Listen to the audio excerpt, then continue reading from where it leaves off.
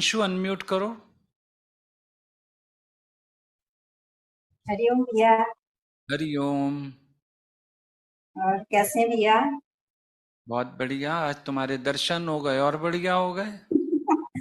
आपके बच्चे हैं ना भैया, हमारे धन्य भाग कि हमें आपके दर्शन हुए हैं। आ नहीं पाते हैं आपके पास हम। हम्म। बस भैया, कल जो ना एक वाणी चली थी कल भगवान जी की, तो उसमें ना एक क्वेश्चन था जो मुझे समझ नहीं आया, मैंने कहा पूछूंगी। उसमें ये था भैया कि जीते जी के ड्रामे में तुम फेल हो, मरने के बाद बाकी सब बहुत अच्छा है। तो ये चीज भैया थोड़ा सा क्लियर कर दीजिए, मुझे समझ नहीं आया।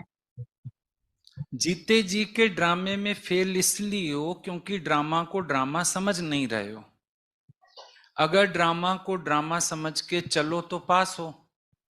जब सुख दुख के अनुभव हैं तो फेल्योर है। जब राग द्वेष है तो फेल्योर है। कर्म बन रहा है तो फेल्योर है। बाकी मरने के बाद सब अच्छा है, यानी जीते जी जो मर गया उसके बाद तो सब अच्छा है ना। आज ज्ञान के निश्चय से अगर आपने मैं ना का प्रयास किया है, आप अनुभव करते होगे सब कुछ अच्छा है।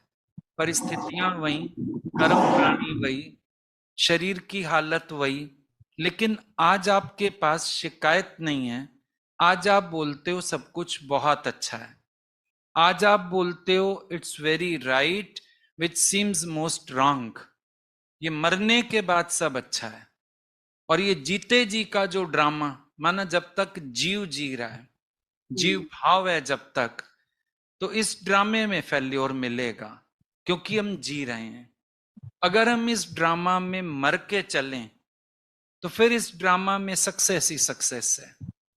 जो अपने आप को एसोसिएट नहीं करता, देखो संसारिक जो ड्रामा बाहर से खेला जाता है उसमें एक्टर को अपने आप को एसोसिएट करना पड़ता है, नहीं तो उसमें मजा नहीं आ पाता।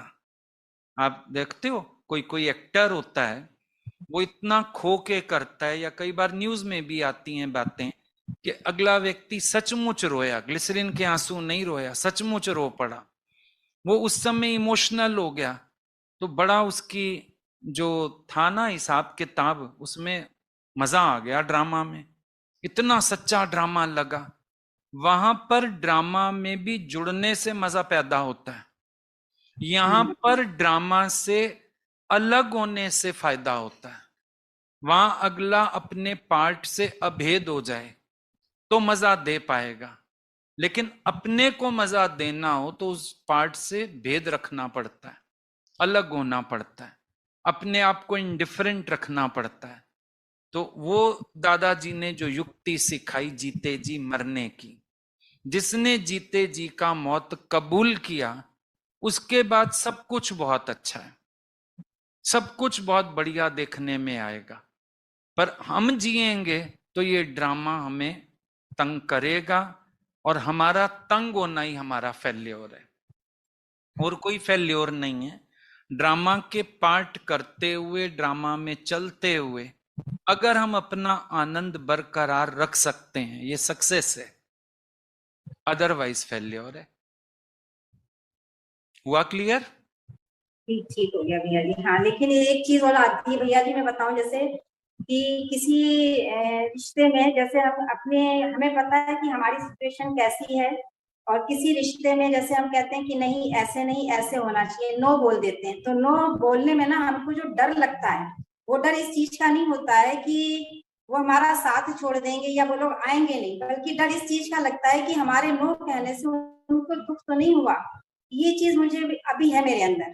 तो हम्म। इसे किस ये कैसे निकलूं मैं? ये भी मन बहाना करता है, असल में लिहाज होता है। अच्छा। असल में लिहाज होता है।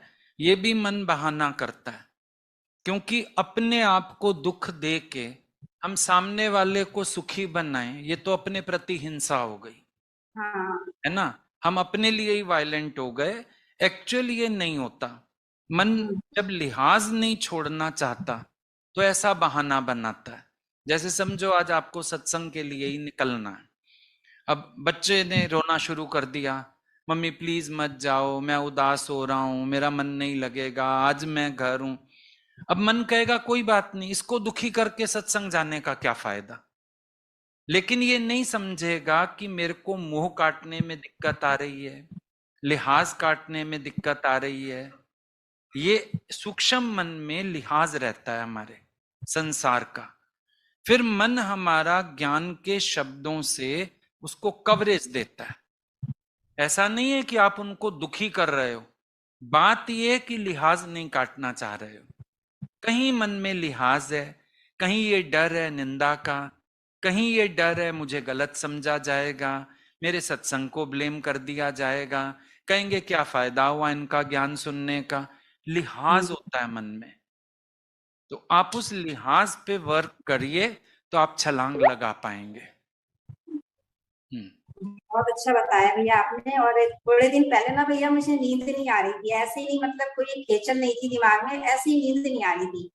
तो मैंने ना भजन लगाए रात को। फिर मैंने भजन लगाते लगाते फिर एकदम से क्या कहते हैं, थोड़ी देर सुना मैंने, फिर मेरे मन में ना एकदम से आया कि मैं इस पे भजन बनाऊं, इस वाली ट्यून पर।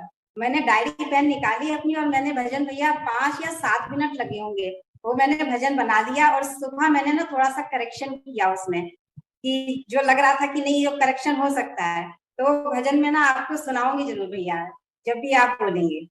ठीक है, ठीक है, अभी जूम के बाद ही सुना देना। ठीक है, हरिओम बाकी भैया, थैंक भजन यू। तुमने नहीं बनाया, भगवान हाँ, ने लिखवा दिया, तुम्हारी अंदर की श्रद्धा ने लिखवा दिया।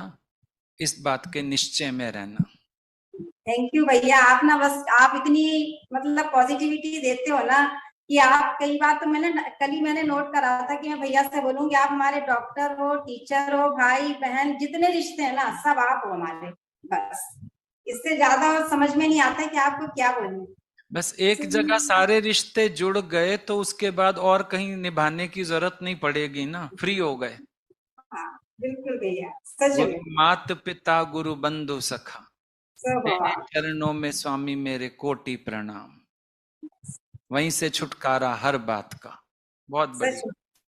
थैंक ठीक यू, है थैंक बेटे, you. Okay, thank you, God bless you.